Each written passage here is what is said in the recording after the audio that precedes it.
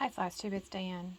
This is a requested video from a viewer discussing how to stitch a Mirabilia Nora Corbett pattern. The Nora Corbetts under that name tend to be smaller and less detailed, and the Mirabilias tend to be the larger ones.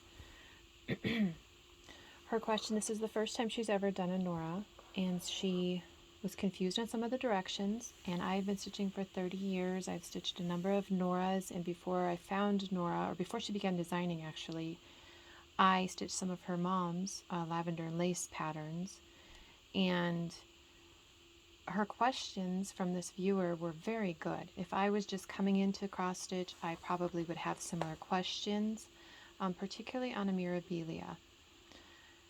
When we start cross stitch, we often start with a full kit, and some kits will say this color symbol indicates you need this many strands, or this size of symbol means you need this many strands. That is not the case with the Mirabilia, and so that's where her question was. Now this particular pattern is Persephone, and I've covered the chart, and you could probably see like 3 stitches, and if you can stitch this entire chart, more power to you. But beyond that, I am not going to break any kind of copyright. But this would be something you could see in the back of a pattern potentially. And this is very common for this type of other directions. So many of the Mirabilias have backstitching directions, meaning, okay, you're going to do the eyebrow in one color, you're going to do the lip in a different color, the eyelid in a different color, and she'll tell you how many strands to use. So as you see on this particular pattern, 3 strands on the eyelashes. Can I just say, I do 1 strand, I just loop through 3 times because it's so small of an area. That's how I usually do that. But that happens here. Most of her ladies have a little bit of backstitching. It's not, most of her patterns are not backstitch heavy. There's a couple that have more backstitching than others, but in general they're not backstitch heavy. She allows the colors to really speak, and that leads into what the question was. Here it says cross stitch with DMC and Karen. This is the water lily with 2 strands. The water lily is the silk, and that is variegated. Some of the Karen water lilies are very variegated, and some of them are more subtle. It says cross stitch Karen with 1 full cross stitch at a time. That is the Victorian method, I believe, of cross stitching. How I tend to cross stitch is I start from the lower left and I go to the upper right, and then I go from the lower right to the upper left. If I have 5 symbols the exact same color, particularly in DMC or Inker or possibly a solid silk, I will do all 5 of the bottom legs, and then I will go back and do all the top legs. But on variegated, whether it's a cotton or silk, I do finish 1 stitch at a time for the most part. There's always a few exceptions. Her question involved the large symbols indicate full cross stitches, small symbols indicate quarter stitches. She was a little confused on exactly what that meant, and I'm going to talk beads in a different video. Now, I'm not the Mirabilia expert, but I've stitched a number of them, and I'm glad that she asked me this question because it is a very good question. Because as you look over here at the key,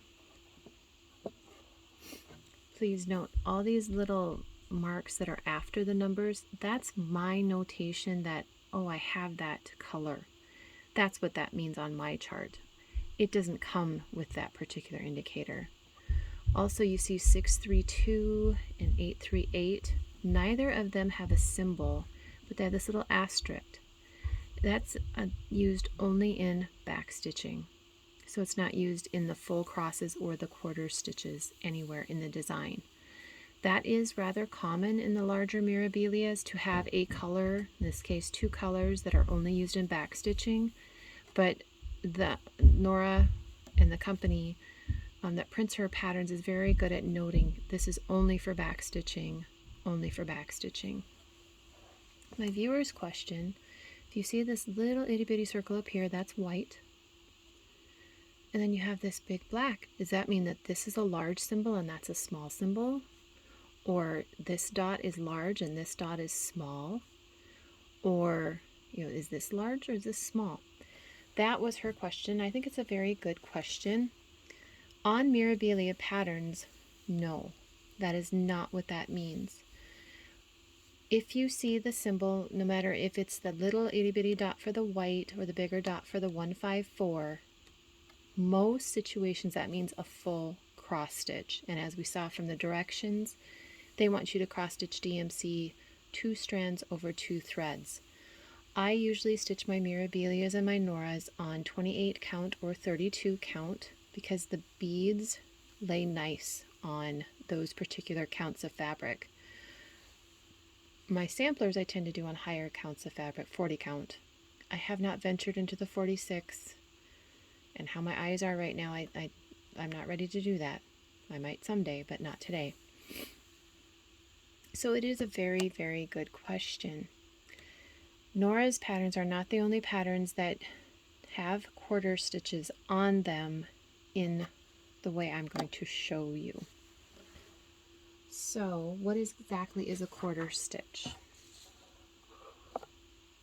I'm working with a new tripod, and I'm not a professional videographer, whatever the word is. I'm not a professional at this. I just want to give you how I do things.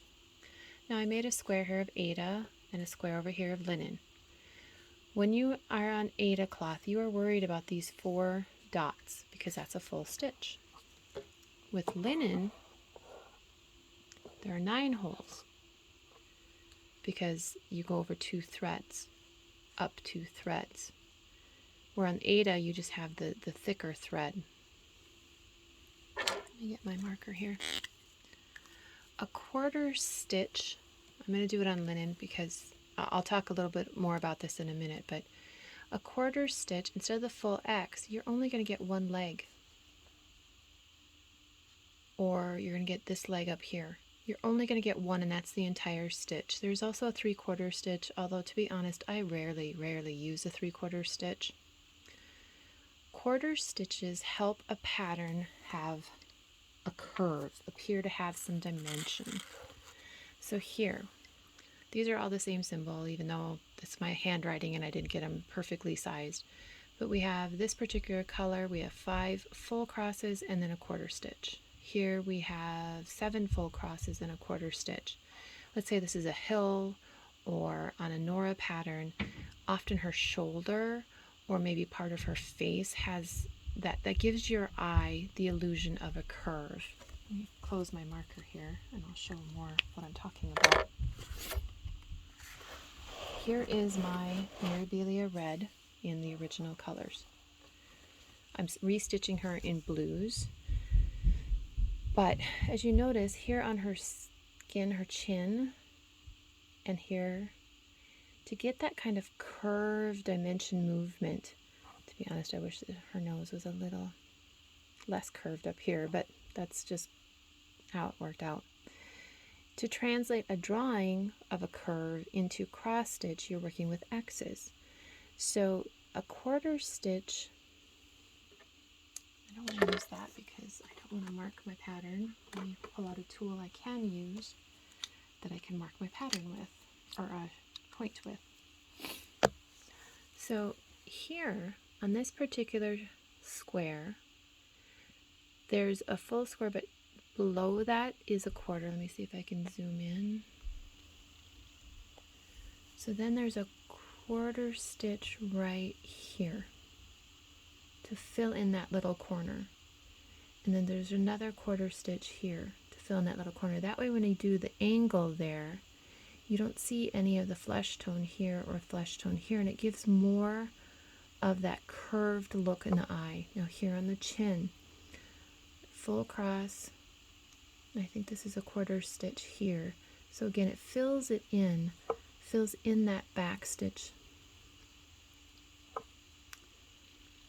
And down here on her shoulder, these are just full crosses, and yeah, there's a little flesh color on the other side of this backstitch, but the quarter stitches help fill in here, and they also are used often in Nora patterns to blend from one color to another, because DMC has not always had the number of colors it has now. I'm trying to go back to this one. So sometimes you need to have a blend of colors. Well, one thing that can help with that blending is to have a quarter stitch. Go from one color to another color. Let me see if she has any. I should have looked at this before I started the video. Often on Nora pieces, like the hair, if you want to have a curve, it'll have like a quarter stitch. I don't see one here.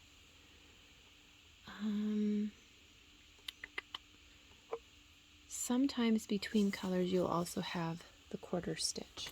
And if that's true on your chart, this is one color here. So you do 4 of this particular color, and you do 1 quarter stitch. And then you have 4 of a different color, and your quarter stitch will fill here. In this type of scenario, there's often backstitching that will come back later and fill that in. But by having a quarter stitch of this color and a quarter stitch of this color, you get more detail in the piece. How is it marked on a pattern? Let me get this piece. Now I did copy this from the Persephone pattern, one little section. I changed all the symbols. So again, if you can figure it out, more power to you. But essentially there's 5 colors represented here. And as we see up here, color number 1, there's a quarter stitch here. This is a full. Color number 2, quarter stitch number 2. Full number 1, full number 2, quarter stitch 2. And that's how the pattern is. And you see down here, it goes full 1, quarter 1, quarter 4, and then you have 4. Color 3, color 1, quarter 4, we have color 5, and then some more quarter 4s. Color 3, quarter 5, and then some 5s. On this particular part of the pattern, there would be backstitch that would come in later, and I believe it comes like here, and it comes down and across and down and across to kind of give that curved look that you want to have in your piece to give it more dimension. So that's why you use a quarter stitch. Now I do my quarter stitches. I'll move my paper out of the way here. I always, well, I shouldn't say always, but I would say 99% of the time, I go from the outer corner to the center. Outer corner to the center. So on that one that had a number 1 here and a number 4 up here, I would go from the color 1 from this corner to the center, and color 4, I would go this corner to the center. That is how I do mine. So let's say I was doing a whole row. This had like 2 number 1s. I would just continue doing, but instead of ending up at this dot on linen, again, I do mine on linen, and Persephone is actually on Lugana, which is an even weave, but the fabric count is very similar. I would do this little leg, and I would mark it off my chart and call it good. The number 4 up here, because of how I stitch, I do have to plan a little bit, but I still want to go from that corner down. I find if I do that, I stitch in hand and it keeps my tension more even, and I like the end result more. Now, on a quarter stitch, notice I don't come back and make a full X. It is only a half, because your quarter stitches can come from any direction. You can have a quarter stitch come from this corner, this corner to the center, I have another color up here. Can come from this corner to the center. It's just whatever your pattern may need.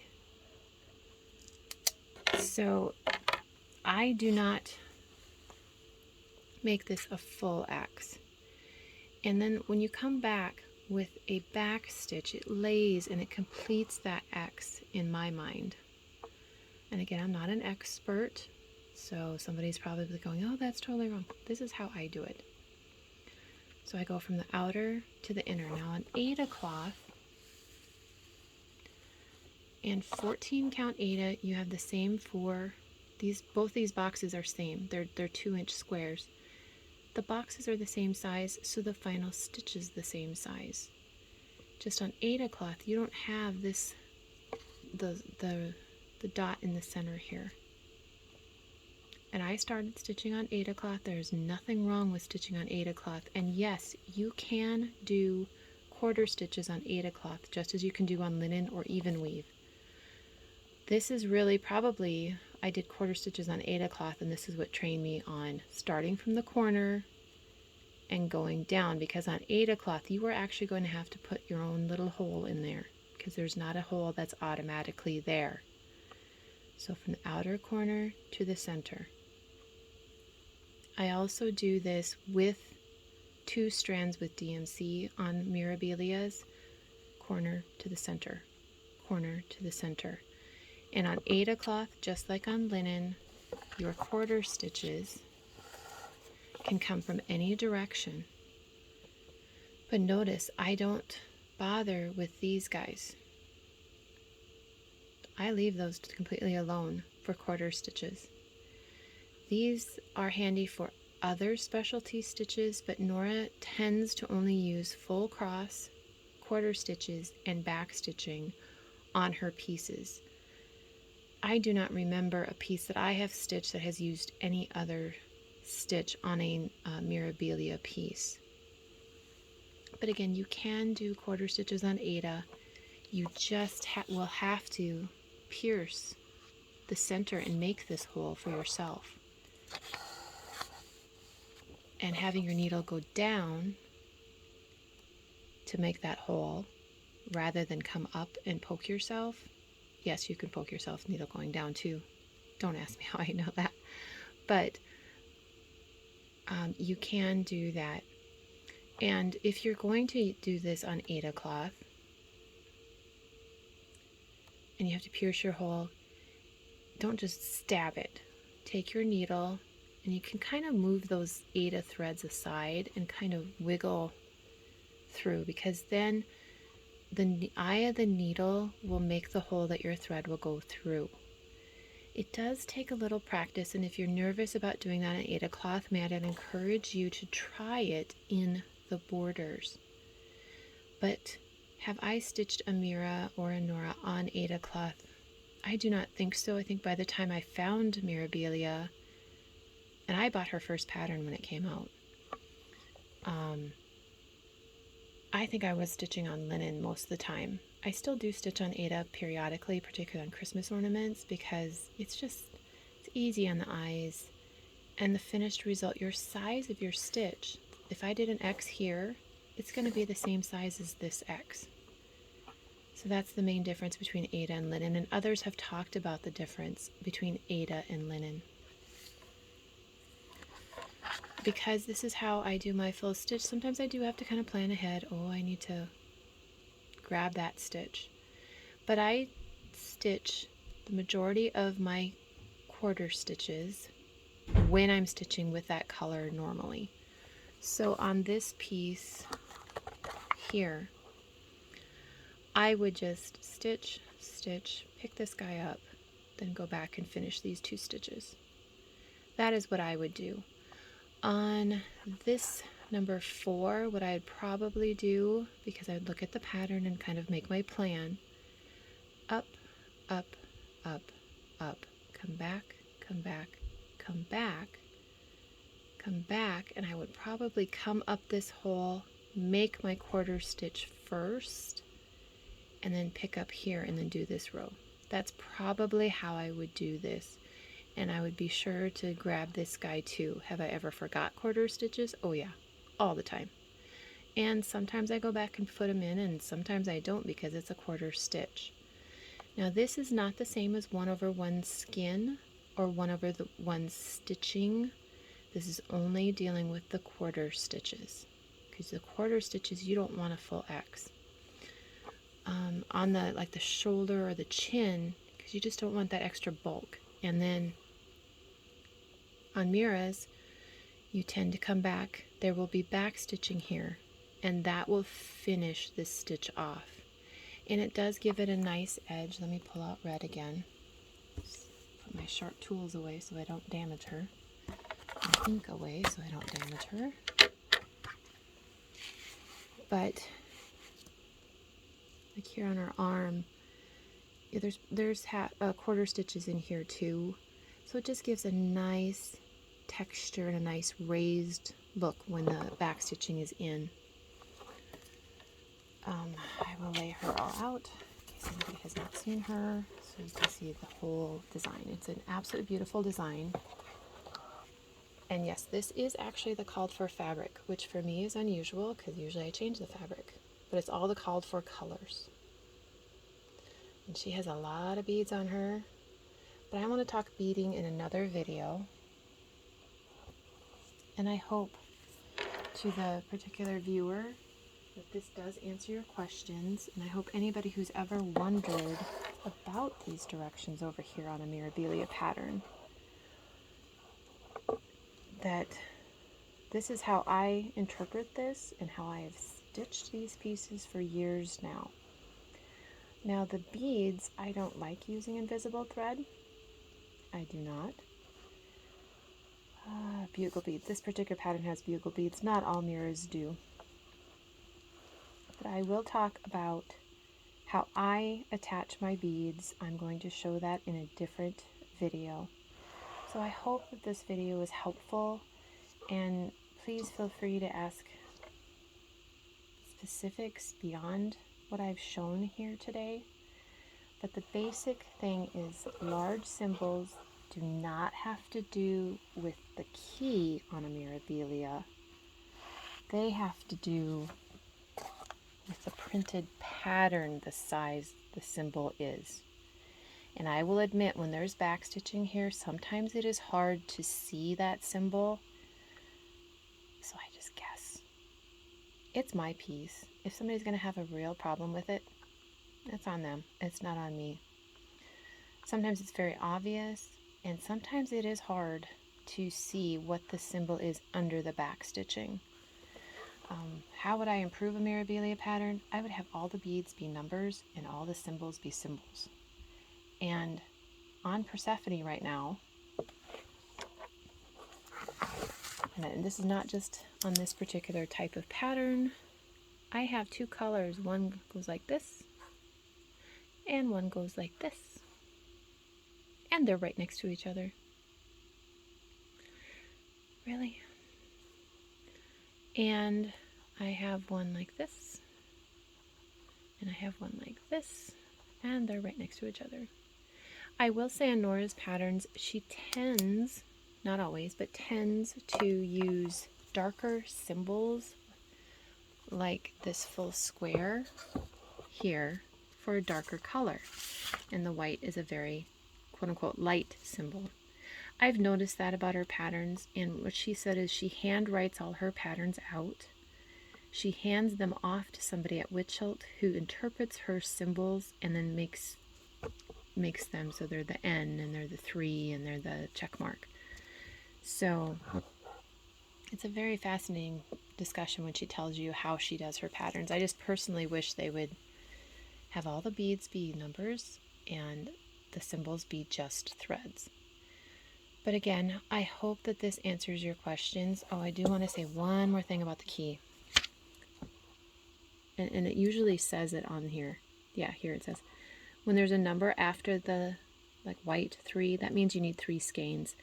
That is pretty accurate on a Mirabilia pattern. Will you use the entire 3rd skein? Probably not, but you will probably dip into that 3rd skein at some point. So that is very valuable information, and I'm glad they give that. And over here in this color, there's 2 skeins. That is, and this one is also 2 skeins. That is pretty accurate information on a Mirabilia pattern. That when they say you need 2 skeins, they're not joking. And I hope, again, I think that's all I want to say. This is how I do quarter stitches. This is how I interpret my Mirabilia patterns. Is it perfect? Am I the expert? No, but I do enjoy her patterns. They're so detailed, and her use of color is just amazing. I wish I could. I can't draw myself out of a paper sack. I wish I had that kind of talent. But I'm very glad that these designers do make these patterns so you and I can end up making a piece of art to hang on our walls or to give as a gift. So I will leave you to it. Hopefully this will be the thumbnail that YouTube grabs.